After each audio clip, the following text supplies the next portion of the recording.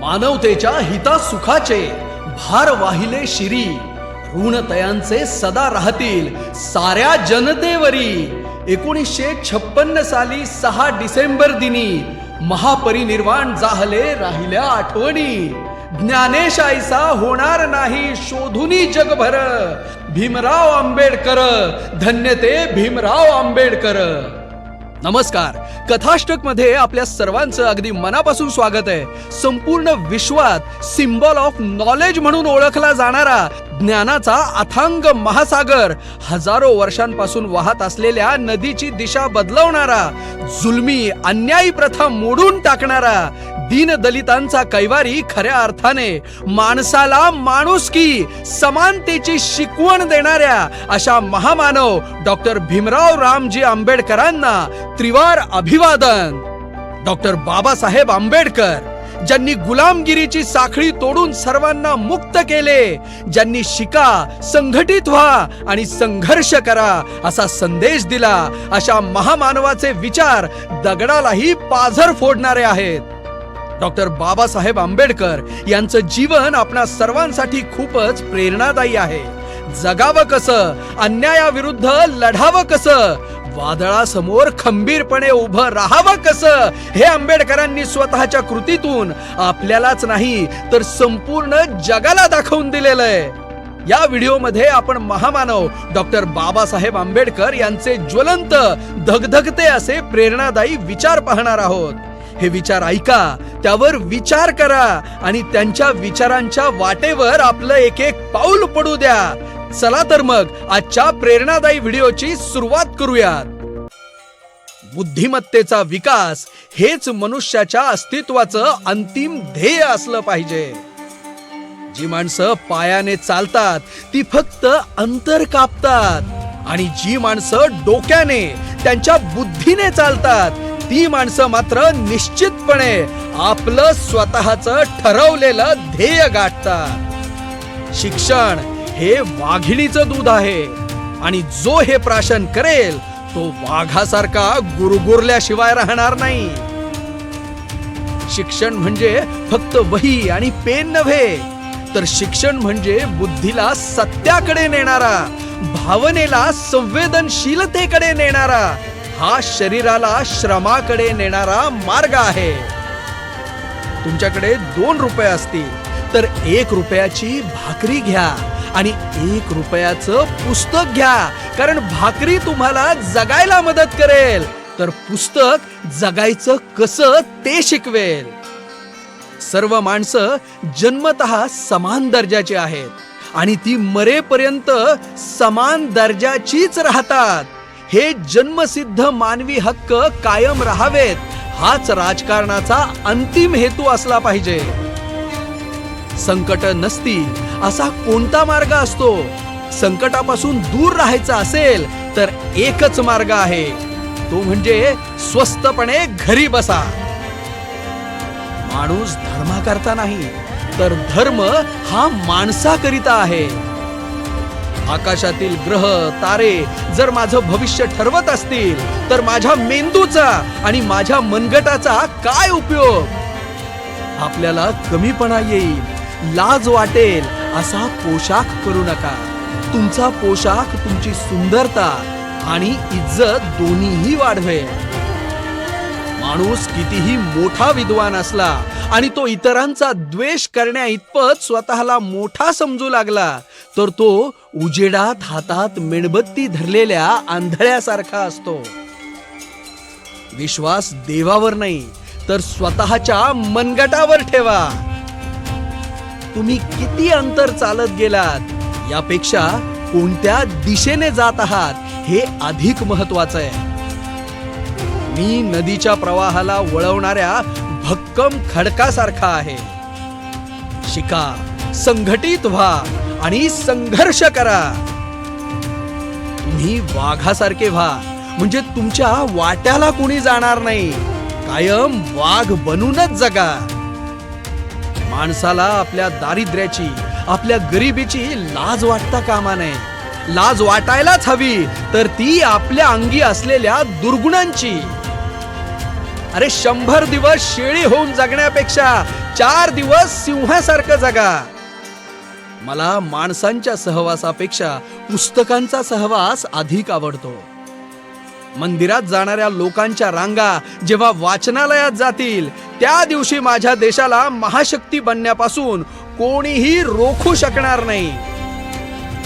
शरीरामध्ये रक्ताचा शेवटचा थेंब असेपर्यंत देशाच्या स्वातंत्र्यासाठी लढलं पाहिजे. जो मनुष्य मरायला तयार होतो तो कधीच मरत नाही, आणि जो मनुष्य मरणास भीतो तो अगोदरच मेलेला असतो. अन्यायाविरुद्ध लढण्याची ताकद आपल्या अंगी येण्यासाठी आपण स्वाभिमानी आणि स्वावलंबी बनलं पाहिजे. अन्याय करणाऱ्यांपेक्षा अन्याय सहन करणारा मोठा गुन्हेगार असतो. माणसाने जन्मभर जरी शिकायचं मनात आणलं तरी विद्यासागराच्या कडेला गुडघाभर ज्ञानात जाता येईल. स्वतःची लायकी विद्यार्थी असतानाच वाढवा. संविधान कितीही चांगलं असो ते राबवणाऱ्याची जबाबदारी ज्यांच्यावर आहे ते प्रामाणिक नसतील तर ते वाईट ठरल्याशिवाय राहणार नाही. ग्रंथ हेच गुरु. वाचाल तर वाचाल. ज्या दिवशी मला वाटेल की संविधानाचा दुरुपयोग केला जातो आहे त्या दिवशी मी ते जाळून टाकेल. जसा माणूस उपासमारीने अशक्त होतो तसा तो शिक्षणाअभावी जिवंतपणी दुसऱ्यांचा गुलाम होतो. अस्पृश्यता जगातील सर्व गुलामगिरीपेक्षा भयंकर आणि भीषण आहे. जगामध्ये स्वाभिमानाने जगायला शिका. या जगात काहीतरी करून दाखवायचंय अशी महत्वाकांक्षा सदैव तुमच्याकडे असली पाहिजे. लक्षात ठेवा, जे संघर्ष करतात तेच यशस्वी होतात. नशिबावर विश्वास ठेवण्यापेक्षा स्वतःच्या ताकदीवर ठेवा. काम लवकर करायचं असल्यास मुहूर्त पाहण्यात वेळ वाया घालवू नका.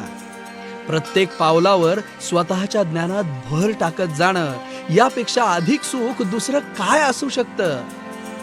शिक्षण ही पवित्र संस्था आहे. शाळा म्हणजे नागरिक तयार करण्याचं पवित्र क्षेत्र होय. इतरांचे दुर्गुण शोधण्यापेक्षा त्यांच्यातील सद्गुण शोधा. ज्यांच्या अंगी धैर्य नाही तो पुढारी होऊच शकत नाही. उगवत्या सूर्याला नमस्कार करताना मावळत्या चंद्राला विसरू नका. मोठ्या गोष्टींचे बेत आखत वेळ घालवण्यापेक्षा छोट्या गोष्टींनी सुरुवात करणं अधिक चांगलं असतं. तूच आहेस तुझ्या जीवनाचा शिल्पकार. जीवन हे मोठं नाही तर ते महान असलं पाहिजे. हिंसा ही एक वाईट गोष्ट आहे, परंतु गुलामी त्याही पेक्षा वाईट गोष्ट आहे. शक्तीचा उपयोग वेळ आणि काळ पाहूनच करावा. बौद्ध धर्म हा जगातील सर्वात महान धर्म आहे, कारण तो केवळ धर्म नसून एक महान सामाजिक सिद्धांत आहे. मी महिलांच्या प्रगतीवरून त्या समाजाच्या प्रगतीचं मोजमाप करतो. हक्क मागून मिळत नसतो, त्यासाठी तुम्हाला संघर्ष करावा लागतो. तुम्ही सूर्याप्रमाणे स्वयंप्रकाशित व्हा, पृथ्वीप्रमाणे परप्रकाशित होऊ नका.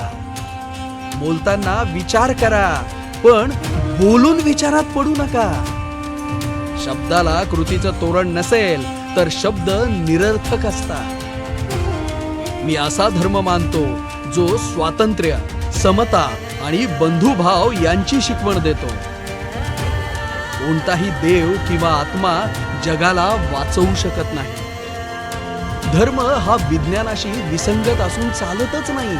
तो बुद्धिवाद्यांच्या कसोटीवर टिकला पाहिजे. भगवान बुद्धाने सांगितलेली तत्व अमर आहेत, पण बुद्धाने तसा दावा केला नाही. काळानुरूप बदल करण्याची सोय त्यात आहे. एवढी उदारता कोणत्याही धर्मात नाही. सामाजिक समतेचा बुद्धा इतका मोठा पुरस्कर्ता या जगात कोणीही झाला नाही. मी समाजकार्यात आणि राजकारणात जरी पडलो तरी आजन्म विद्यार्थीच आहे.